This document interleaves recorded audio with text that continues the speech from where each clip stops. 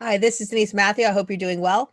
I'm back again with another transit report. But before I get into the transit report, I just wanted to say that if you want to use these transits for your own benefit to actually look at how it might affect you or your body graph, it's important to look at if you have the actual gate defined that I'm going to be talking about. So for instance, if I say that the sun is going to be transiting gate 61, if you have the gate 61 defined in your chart, there's a better chance that you might feel this energy. If you have the other gate that makes a full channel, you could feel it as well, which would be the 24. Sometimes Ra Uruhu said that if you had a defined center, so for instance, say you had a defined head center and the gate 61 is transiting, a planet is transiting the gate 61, that can play into it as well. So there are other ways that you might feel it, but ultimately just check it out, experiment with it, see how you feel. If there's anything that you notice different, you can journal if that helps you so that you can sort of document it. But generally, if you have that gate defined, or like I said, you have the gate that makes a full channel, you might feel it the most. So let's get into the transits. Before I get into the transits that we can expect for the next week coming, I just wanted to quickly circle back to where we've been. We also saw a lot of energy of starting cycles. Now, the cycles that were started will be cycles that will probably continue on until we have the Earth going into the gate 42, which will close a cycle. And that would be probably in around October 2021. So something to think about if you started anything at that point. Also, we are feeling a lot of pressure. And I mean, we did feel a lot of pressure, and that really can be sort of summed up by the idea that we have the 360, which is a mutative energy. It's a very individual energy, and it is also an energy that brings powerful changes. Anything that comes from the root is going to be very powerful energy. You also have to remember that anything that comes from the root that is connected to the sacral is going to be even more power, because that's the most powerful motor of the whole human design body graph. So there was a lot of pressure, and there will be more pressure continuing on as we go. But again, this is more transient than it has been for 2020. Now we have the pressure from the top, which is the gate 61, and that's Pluto is in the gate 61, which remains in the gate 61. And we had the pressure from the bottom, which is the 360, and that was with Mercury in there. Another thing that's kind of interesting, if you look at Mercury, when it actually changed from Capricorn going into Aquarius, I said that it can connect with the internet and limitations on things like that. And that's when we had a lot of bans on Twitter and bans on different social media platforms that were happening. So that really does fall in with that energy. Now, the other thing is that this energy is very much, and because I said that Pluto was going to in the future be traveling into the gate 60 from the gate 61, Pluto remains in the gate 61, and I'll talk about a little bit more about that a little bit later. But the one thing that we can say about this energy is really this is the energy that the United States was born of, this energy. Now, if we talk about the one thing that if we are talking about some of the things that stand for the US is liberty, right? So when we think about limitation, we think of someone taking away our liberty, and that is a word that I heard a lot of in the past week. So this energy is very powerful energy. It's mutative energy, but within the crisis is always a seed of something new. And so what that bodes is that something new is going to happen, is coming to fruition. What that looks like, we don't know. If we look at the current transit, we see that the sun and the earth have both moved. The sun has moved into the gate 61. When we have a big planet in a gate for a long time, whenever we have what we would consider a faster moving planet, or something that is, it's got a really small cycle compared to Pluto, which is 248 years. And then we have, like, the sun is 365 days. And so is the earth, as well as the moon is like 28 days. So when we have one of these actual planets hitting those gates, we can sometimes have what's called a trigger, and that sort of makes this energy grow. So when we talk about the gate 61, we're talking about a pressure in the head, or pressure to understand, to know what's happening, to see what's going on in the world, to get the secret. If you don't get the answers, sometimes there's this idea of maybe making up the answers or accepting whatever answers come to you. The other perspective could be when you have the gate 41, and now we're having the gate 41, which is, it's this fantasy. So fantasy can sort of can feed into this energy of trying to figure out these answers. So you have this fantasy of an illusion of answers that maybe or may not be true, but in your head, in your mind, they may be true. You got to remember the gate 61 is one of the gates of madness. So we can get sort of in a loop of, I need to know, I need to know, I need to know. And the pressure becomes almost impossible to deal with. The gate 61 is the fuel for the energy of the gate 24, which is this rationalization. And if that fuel is always pumping in and you're trying to rationalize, as I said before, you can rationalize bad behavior, or you can rationalize things that you normally wouldn't do because you feel within that moment that it's okay. So those are the types of energies that we're working through. I will go through them a little bit more as we go along. And one more thing to know is that we will be having a new moon on January. Basically, it's January 13th, very early on. So it's like the 12th or 13th. It depends upon where you live. So it's sort of in between there. And it will be happening in the gate 61. So once again, we're having more pressure on the gate 61, this trying to figure out answers. This is where conspiracy theories grow and more, and you'll hear more about conspiracy theories, which we've already been hearing about. So this is something to keep in mind, rising up again, because Pluto, the energy of Pluto is being triggered. We also have to remember that, as I said before, we have the gate 41 playing into it as well. So if we look at Pluto alone, because the new moon is going to be interacting with Pluto in a very strong way, because it's going to be in that particular gate. So if we look at Pluto and gate 61, all the things that I've already talked about are there. And yet when we pull it apart so that, like I said, it's a bigger planet and it's only moving like one line every couple of months, or thereabouts, then that means that when those changes come, we might be able to notice something quite different. So when we're having this new moon with Pluto, the Ravi Ching says it's interdependence, and it's exceedingly difficult for truth to stand alone. The ability to establish relationships for the actualization of truth, and through their nurturing and protective power to ensure a stable environment in which they can continue to grow. The pressure to know enhanced by collaboration. What that's saying is that the more you get together, the more you want to know the answers. And that again, that could be this conspiracy, trying to find out these answers. What are they not telling us? What's happening here? And so that's where the sun and the moon, the new moon, are going to connect together. So that's where that energy is going to be heightened.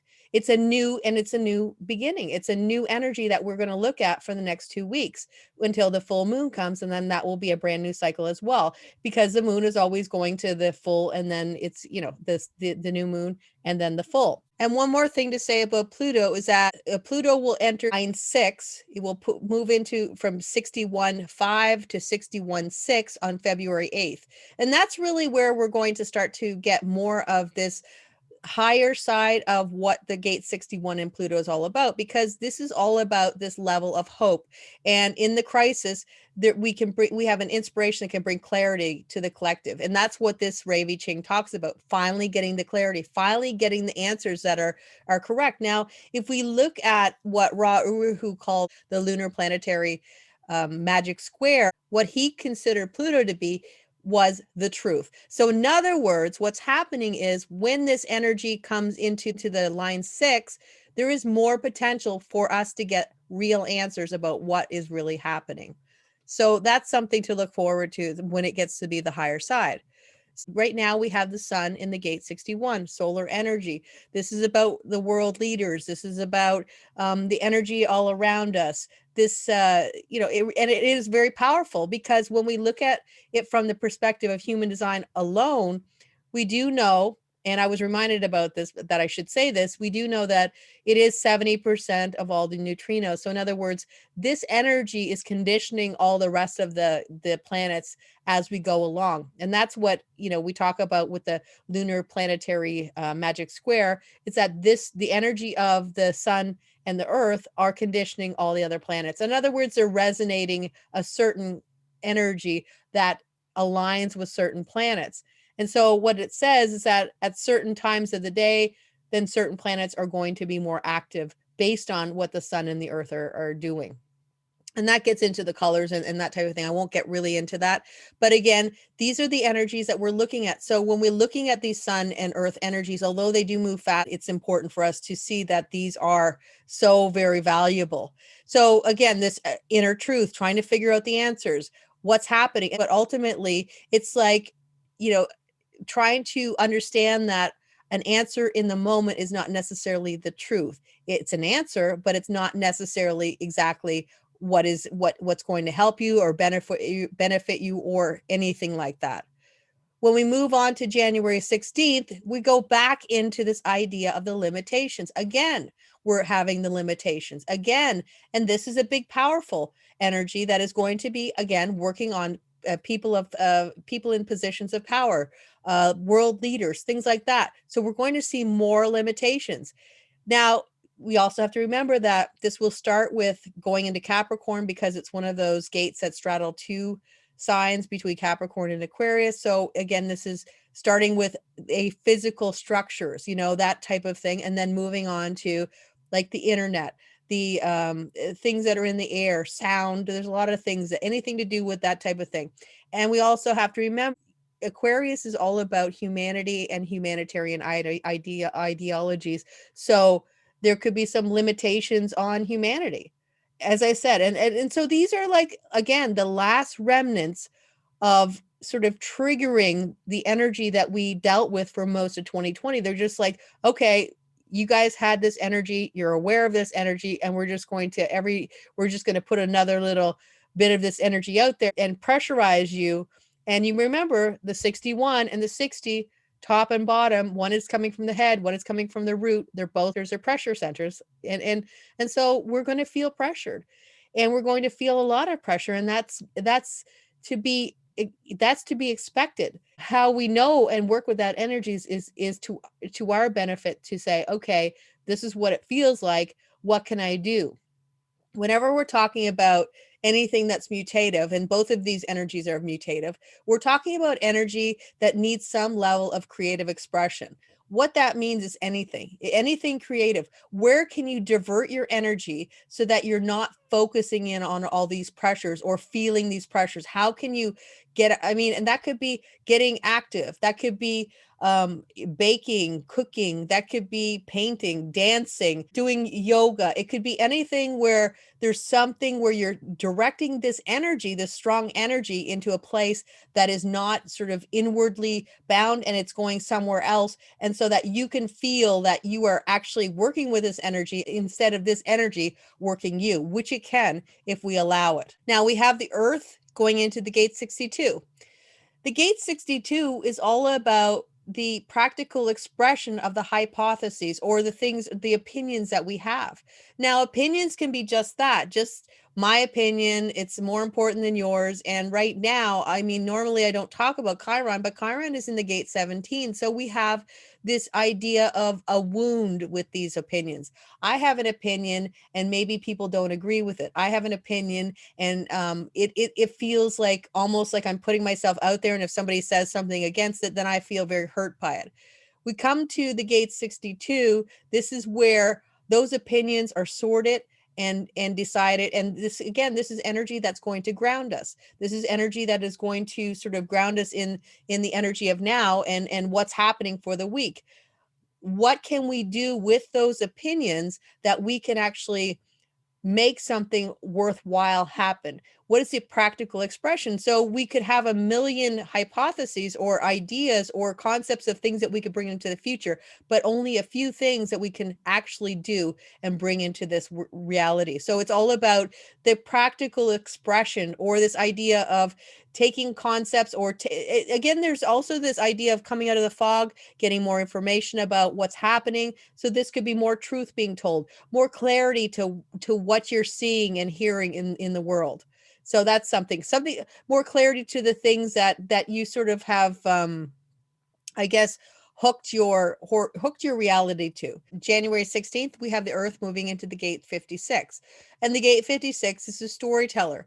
This is all about having memories that we will keep in our sort of, it really is taking every experience in our life and saying, okay, what can I remember from this, and keeping it in your psyche, or it's the place where memories are formed, and it's also the place where we can bring stories into the future after we have sort of gone to all these places, learned these things. And it really does talk about this idea that, nothing goes to waste, and that every story has some level of meaning to it. Every story has a memory. There is a connection to the gate 11 too, that we could talk about, searching for the light, searching for the beauty in the things that are not very beautiful right now. So this could have us looking for things that are nicer than what we see in the world, and looking for, almost like you could say, like looking for hope, and hoping for a better future. So we're moving from the 62, we're starting to see more clarity, and then starting from this clarity, we're starting to say, okay, what can we do with this energy to ground us in a new type of energy into the future? And you also have this mixed up with all the energy of the gate 41, which again is this fantasy and dreaming for something better than before. Right now, Mercury is in the gate 41, and it's joining Jupiter and Saturn.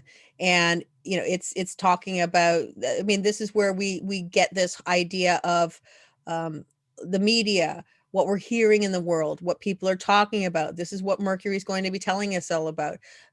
People want a better something than they have right now. They want to go somewhere else that is not like it is now.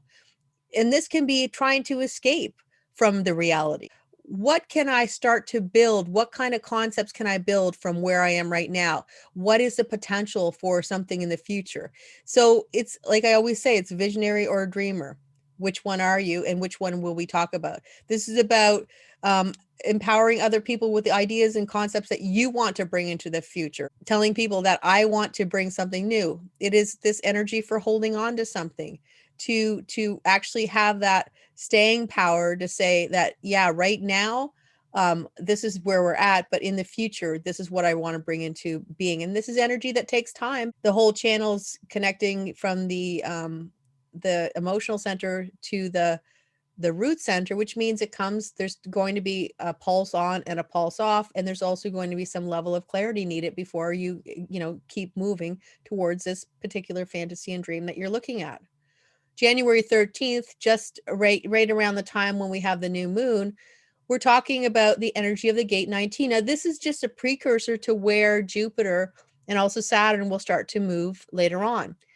So this is all about sensitivity. This is all about need. This is all about some level of tribal energy. It really is about tribal energy. It's my people.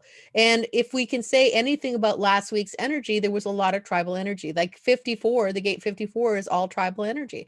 And we also have the gate 27, which I'll talk about in a minute, where Uranus is there too. Again, tribal energy. Tribal energy is extremely powerful. It's my people against your people. To what lengths will I go to protect my people, or the people that I believe are my people, or my family, my friends, the people that matter to me, whoever it is? What lengths will I go to? The gate 19 can get almost assimilated into the energy of the other. In other words, they forget who they are, and to the point where they just become whatever everybody else needs. And so this is the energy. It's all about need.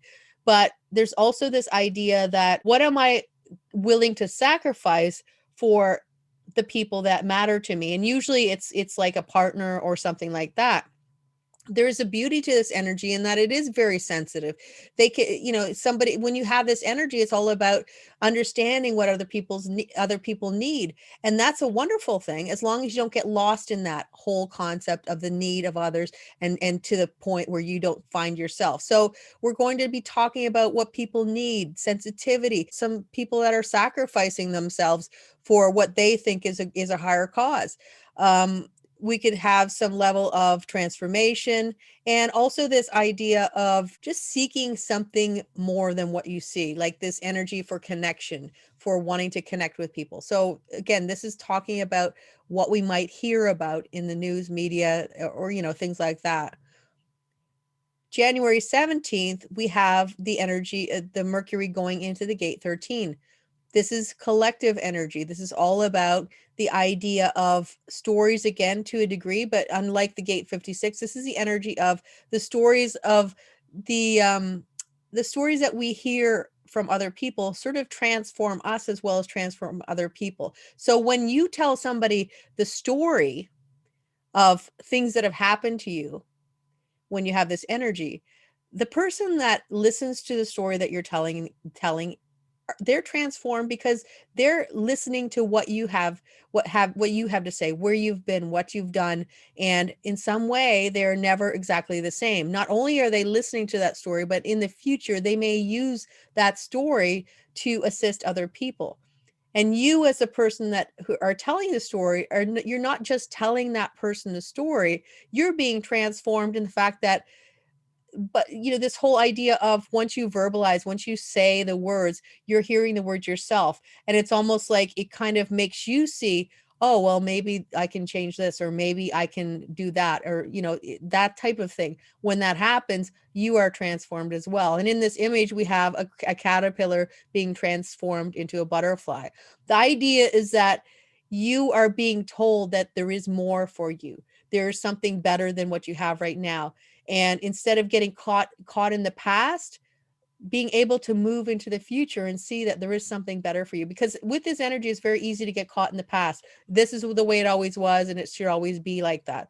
So this is there's potential for us, as far as Mercury goes, hearing about, oh, the past was so much better, rose-colored glasses, and this is horrible, and this type of thing, as opposed to, let's move into the future.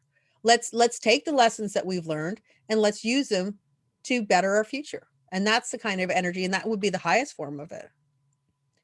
We look at Venus and we see that it's in the gate 58. I talked about Venus. This is, all about the party, the things that we want to do, the beautiful things. This is finding joy in the world, finding zest in the world, or finding a hopeless world, a world where we can't find joy, where we can't find zest. And this is with Venus, we're talking about beauty, we're talking about abundance, we're talking about material items, finding joy in the material items, or wanting material items and not necessarily having them. But with this energy, always remember that there is a sunset and a sunrise, and you will get those things that you want sometimes, and then sometimes it won't happen. And so it's like the ebb and flow of it. It's finding beauty in the darkness of what's happening. So that's where you're really searching for this beauty. January 16th, we get into the gate 38. Again, this is fighting for our, like, money, our resources, our money, what we feel is important, fighting for the things that we feel are beautiful in the world. The gate 38 is a mutative energy, but it's all about picking the right fights. So what are the right fights that will sort of further our lives and make for better, as opposed to just fighting just because? It could be women in power that are showing this real fighting perspective, or this fighting personality, based on the whole concept of Venus. Gate 54 comes in on January 21. When we talk about the ambition, again, this is the ambition of, what is Venus? It is resources, it is beauty, it is the things that we want in our lives, all the good things that we want. So this is some, pushing that ambition, that idea, that concept. What do I want in my life? What is most important to me? Where do I, where am I going to put my energy so that I can get what I want to get? But again, this is about pushing your agenda, or it's about understanding that you climb the ladder of life and it takes time. This is tribal energy. So we start with collective energy, we move into mutative energy, individual energy, and then we move into the gate 54, which is tribal energy. And again, tribal energy is one of those types of energies where sometimes people lose their focus on everything other than just, this idea, this concept that you need to protect or care for or be there or get what you need to get so that you can support your tribe.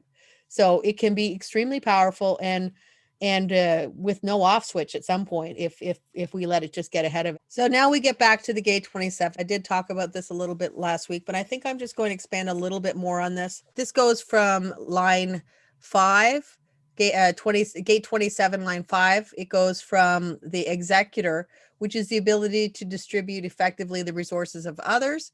That's from the Ravi Ching. Then it goes into the line 6, which is a protection against an abuse of generosity.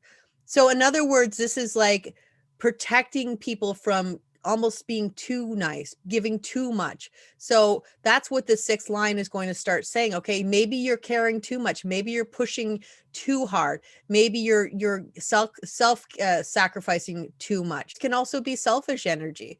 This could be just always taking, always caring for yourself and not really caring for others. We think about Uranus in the gate 27, we're talking about an unusual level of caring. Maybe you're caring about people who are not necessarily your tribe, but for some reason you feel that they're your tribe. For some reason you feel that you need to protect them. And other people might say, why are you protecting this person? Why are you think that you need to take care of this person? Maybe you don't even know them, but for some reason you've seen them or you think you know them and you want to protect them. And this could be that type of energy, just trying to protect this person or protect the interests of this person, and you don't even know this person. They're not really part of your tribe, but for some reason you've made them part of your tribe. When we bring Mars into it, we get that whole kind of very general it's an aggressive or assertive energy. Mars is going to push in and it will connect with Uranus a little bit later on January 20th. It's going to have a conjunction or connection with Uranus, and that's going to put more fuel to this energy of protecting those that you love. Now, this is tribal energy. And like I said, tribal energy is powerful. This is a type of energy where you have a parent who has a child that gets run over by a car and maybe they're pinned under a car. It's a horrible idea to think about. But for some reason, this baby, 100-pound woman can lift a car off a child because they have that energy of the tribal energy to protect this child, to save this child.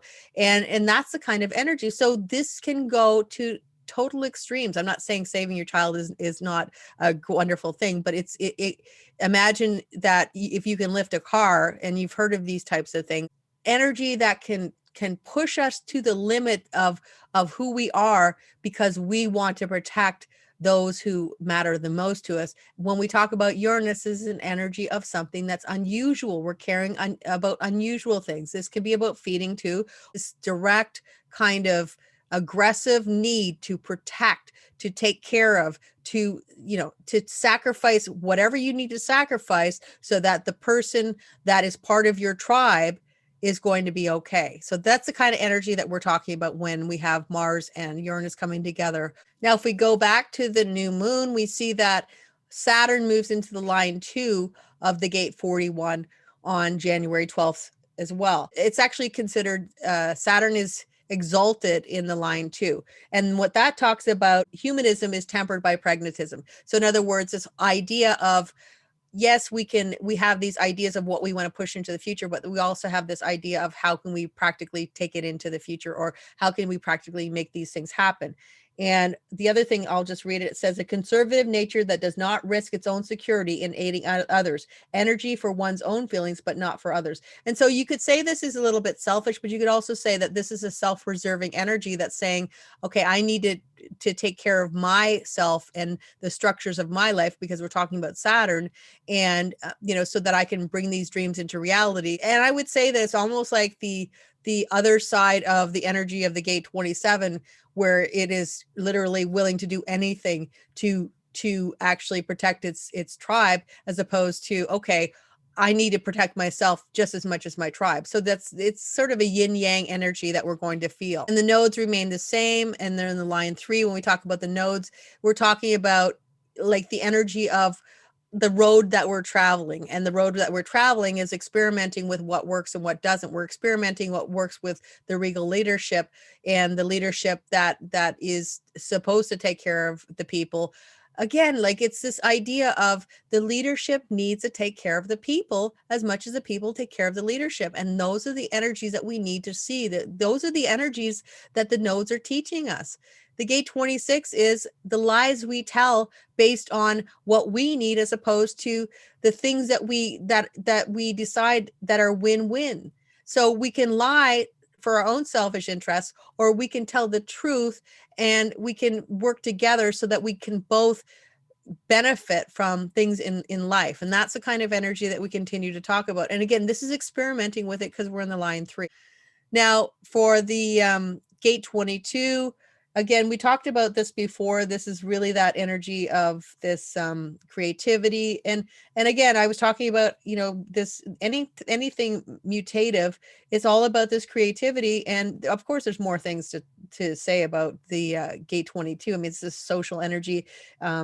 How we socialize with people, and even this is somebody who can, if you have gate 22 in your chart, you can work a room, know everybody who's there, connect with everybody. There's a lot of charm in this energy, a lot of grace in this energy. It's moving from the line 2 to the line 3 on January 19th. So these are like, because they move so slowly, these are energies that we will feel a little bit more of changing. When we look at the line 2, that's called charm school, and that's the belief that style can mask nature. So in other words, when we look at the gate 22, now Neptune, if we look back at the magic square, we're talking about Neptune is going to be talking about the things that are illusions. So in other words, we may not necessarily know the truth. Wherever Neptune is, whatever gate Neptune is, we may not know the truth. And that's the one thing that we can keep in mind. So charm school, the belief that style can mask nature. In other words, I look good, I'm dressed up. Like, it's like the suit, the business suit, or the beautiful gown, or the dresses, or the makeup, or the things that we give to give the illusion that we're good people, you see. And this is that we're moving out of that energy. So we're no longer going to be seeing the illusions of, oh, you're dressed nice, you look good, then you must be a good person. Now we're moving into perfected grace. And when we move into perfected grace, also called the enchanter. So in other words, when we're talking about the illusion of it, we could have people who are sort of casting spells with their grace and the way they carry themselves, of saying, oh, this is who I am. And again, take it with a pinch of salt and say, okay, is this person who they say they are? And there could be a lot of people who are just using their charm to get ahead and do the type of things that they want to do. So that's basically it for the transits this week. They remain intense. They remain like there's a lot of things happening. When we have a lot of this tribal energy, it's going to be powerful. It's basically, we'll just try and work with it as much as we can and go from there. And I will see you next week again with another transit report, and take care, and I'll see you next time. Bye for now.